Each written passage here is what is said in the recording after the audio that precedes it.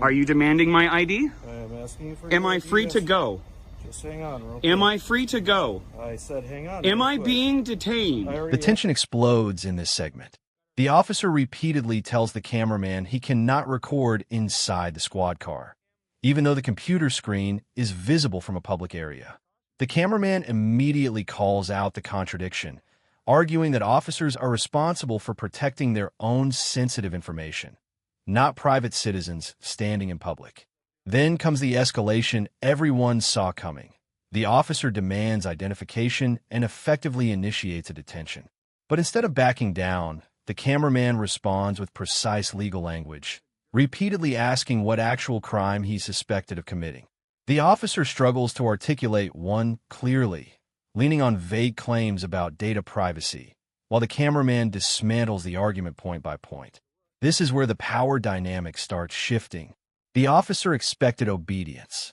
Instead, he found someone who knows the law well enough to challenge every order in real time. Absolutely no markings on this squad car. Got ourselves a Pine County Sheriff's deputy here. 405 WMZ. You see that in your rear view, definitely take caution and slow down. No, thank you, sir. All right. Can I get your name and badge number since you've made contact?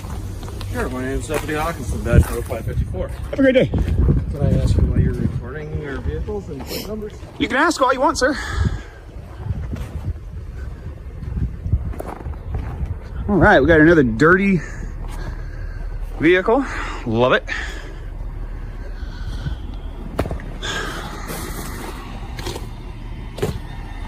All right. Let's take a look at something here. As we all know, you have to establish privacy. Let's check out the zoom features on this camera. Hey, sir. No, you can't be zooming. Absolutely, I can, sir. Hey, whoa, do not touch me. You cannot. You cannot touch me. You cannot be. Sir, it is available and viewable from public. You cannot Sir, be recording. It is viewable from the public. You cannot interfere with me. Yes. You cannot interfere with me. You cannot be recording inside the vehicles with okay, the, let's take it down a step. Computer. Let's take it down a step. Okay, at this point, I am going to ask for your identification. My ID? Why? Am I being detained? Do you want to start me a call? Hold on. Office? Am I being detained? A gentleman here trying to record inside squad. Day two. Yes. And why am I being detained? Now, because, like I just told you, you're recording. Is that a crime? Is that a crime? Data privacy laws? No, sir. You are required to create your own privacy. I am not required to do your privacy for you. How you doing, sir? What's your name and badge number? Investigator Nygaard. Nice to meet you, sir. I really would like to take the tension down. Let's de-escalate. Right, so can I see your ID? No, you cannot. Okay. Not unless you have reasonable, articulable suspicion that I have committed, am committing, or am about to commit a crime, which is a statute or law. Not your feelings, not your policies. The tension explodes in this segment. The officer repeatedly tells the cameraman he cannot record inside the squad car, even though the computer screen is visible from a public area. The cameraman immediately calls out the contradiction, arguing that officers are responsible for protecting their own sensitive information, not private citizens standing in public. Then comes the escalation everyone saw coming. The officer demands identification and effectively initiates a detention. But instead of backing down, the cameraman responds with precise legal language, repeatedly asking what actual crime he's suspected of committing. The officer struggles to articulate one clearly, leaning on vague claims about data privacy, while the cameraman dismantles the argument point by point. This is where the power dynamic starts shifting. The officer expected obedience. Instead, he found someone who knows the law well enough to challenge every order in real time. Nothing about that. This is an unlawful detention. As of right This now, is an unlawful detention. Will you stop interrupting me? Sure, I'm sorry. Okay. So basically, he's walking around, he's recording inside all the squads, collecting plate numbers, everything else like that. Came up to my squad and then started zooming in on the computer and stuff, which our computers is private information. But you need to create the privacy. Okay. Not me. I'm a private citizen. Minnesota statute 13.05, subsection 5, paragraph 2, as you can see right on the screen, states, I don't care, but as of right now, if you have identification on you. I would be glad to provide it for you. In fact, it is in my Jeep, I'm sorry, but Okay.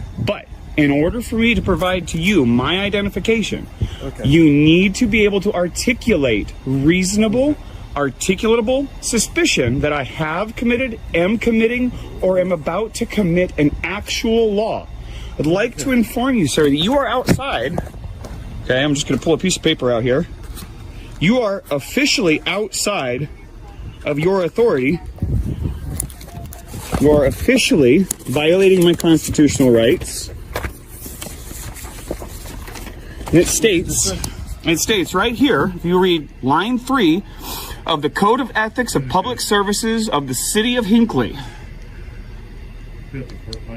Dedicated service. All officials and employees. Pardon. How I'm violating his rights. Officials and employees shall not exceed their authority or breach the law or risk others to do so. Let me ask you something, sir.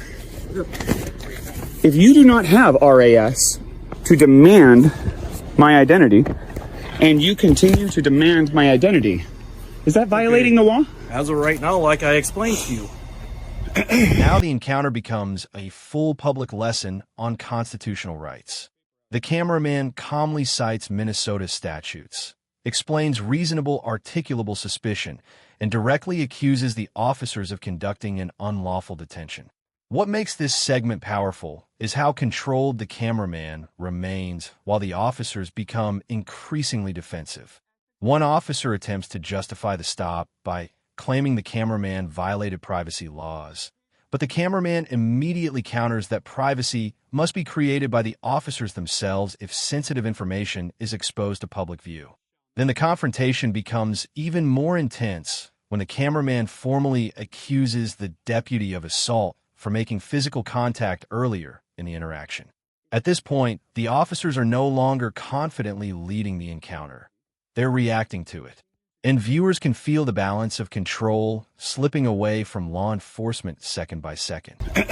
Going inside, recording inside the computer and stuff, which is a violation of You data will privacy find it is laws. not. I am not in violation of any privacy laws. Yes, you are. Sir, So, if you need privacy, it is your I told obligation you- to create it. I told you not to be recording, and you zoomed in onto my Well, computer. I actually zoomed in far before you So, asked anything either of way, me. I You told you also to stop, and contacted you me. did not stop. Did you touch me? So, I told you to stop. Did you I make reached out physical to- contact with me? I reached out. Are to you take aware your that phone that's away from- assault? Okay. That I'm is not gonna simple debate battery. this with you. Well, then am I So- free to go? Do you have an ID with you? I do. Can I Always. see it, please? No, you may not.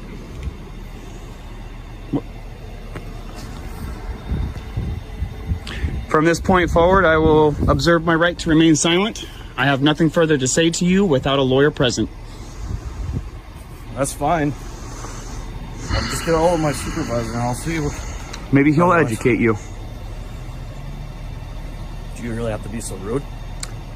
When my rights were violated and I was assaulted by somebody who was sworn to uphold my constitutional rights, I get pretty upset, sir. I'm so sorry to hear that. I'm sorry to hear that you don't know my rights or care about my rights and you want to try and use tools of intimidation to take my rights away from me. I'm not going to have it. Take any rights away from Are you. you demanding my ID? I am asking you for. Am your I ID, free yes. to go? Just hang on, real quick. Am I free to go? I said hang on. Am real I quick. being detained? I already answered that question for you. And what crime do you suspect of me to be committing? Have committed or am about to commit? What law? You're being very quiet here, Mr. Nygaard. You understand what I'm doing here, don't you? Trying to figure out what's going on.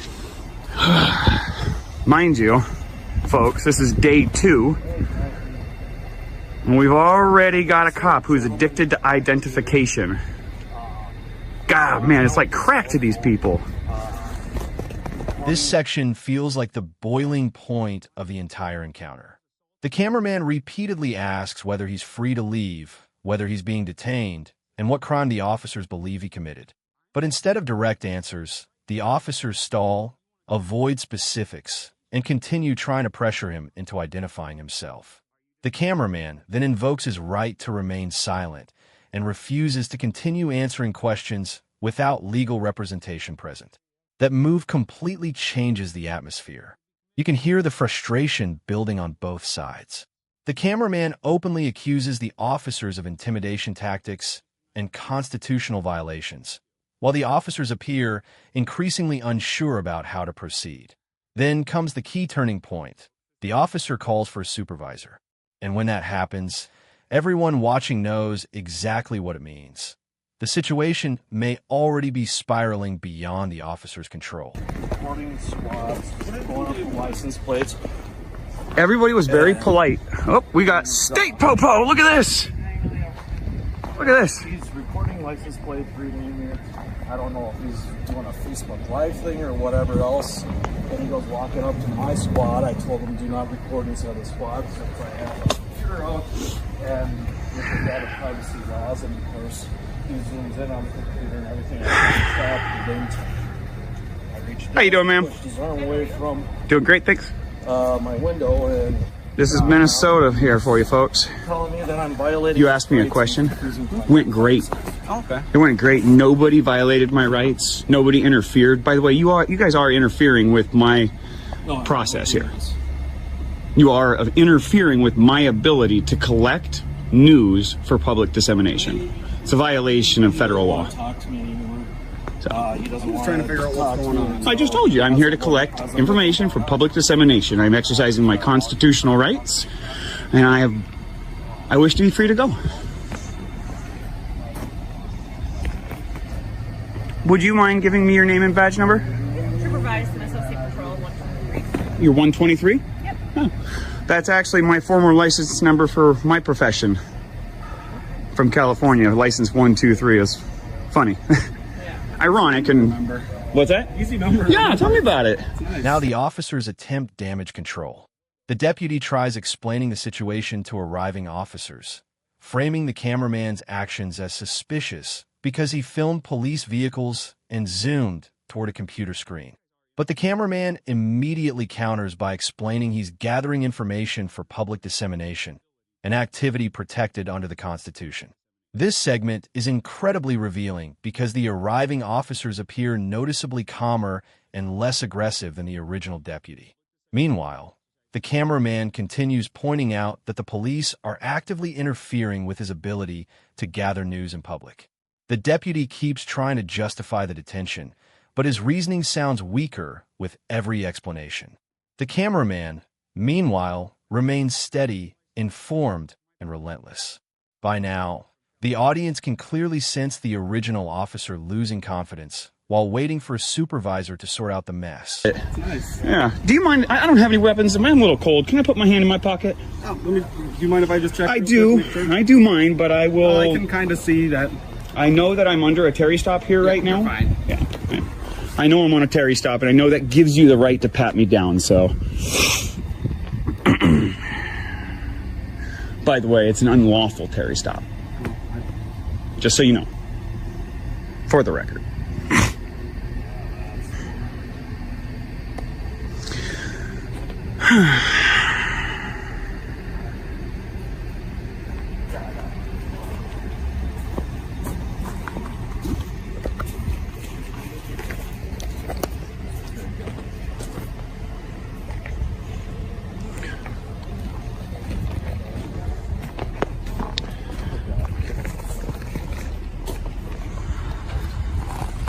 No, he just keeps following me around with his phone.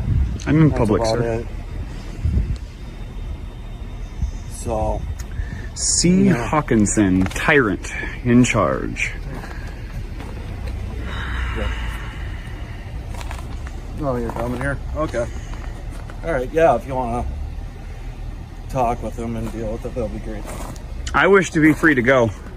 Well, if you want to leave, I wish to be Then- free from your detention, sir. okay, well, then you can leave our parking This lot. is the payoff moment the entire encounter has been building toward. The supervisor arrives, listens briefly, and almost immediately starts softening the situation. Unlike the original deputy, the supervisor doesn't aggressively push for ID or continue escalating the stop. The cameraman carefully explains that he's being unlawfully detained and prevented from exercising protected First Amendment activity. And then comes the moment that completely destroys the detention narrative. The supervisor finally tells him he's free to leave the parking lot whenever he wants. That single statement effectively confirms what the cameraman argued from the beginning. There was never a lawful basis to hold him in the first place. By the end, the deputy who aggressively demanded ID, made physical contact, and tried to control the encounter is left standing there with nothing accomplished. Meanwhile, the cameraman walks away vindicated, having exposed the officer's misunderstanding of constitutional rights entirely on camera. It's a textbook example of why recording police interactions and knowing the law can completely change the outcome of an encounter.